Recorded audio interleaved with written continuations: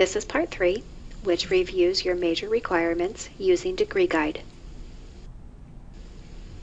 In this short presentation, we'll first discuss how to find the prerequisites to your major, then show you how to find your core major requirements, and lastly, I'll discuss the additional program coursework on your Degree Guide. Let's begin. Hopefully by now, you have glanced at your own Degree Guide.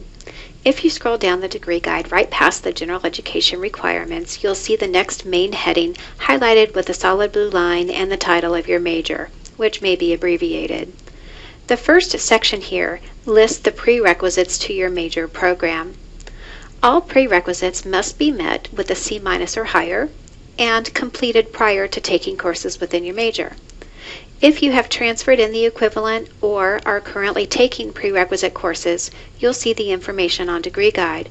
For example, this student is a political science major, and the status of their prerequisites indicates that they have transferred in English 113 with another composition class. It also indicates they are in progress of completing English 123, which is intermediate composition, and also still need to take POL 213, which is American Government. And moving on, beneath the prereqs to the program, you will find the core major requirements, which are typically divided into lower division and upper division requirements. All courses listed are necessary to complete your major. In some circumstances, a student may have a choice, as in this example. This student may take POL 484 or POL 485, but does not need to take both. Please remember, all major classes do require a C- or better to meet the requirement. Every OPS major requires additional program courses that include 2 Christian Studies classes. The first class is CST 100, which is called Overview of the Bible, and it's a 4-unit course. Additionally, OPS students are required to complete an upper division Christian Studies class, so a 300 or 400 level class.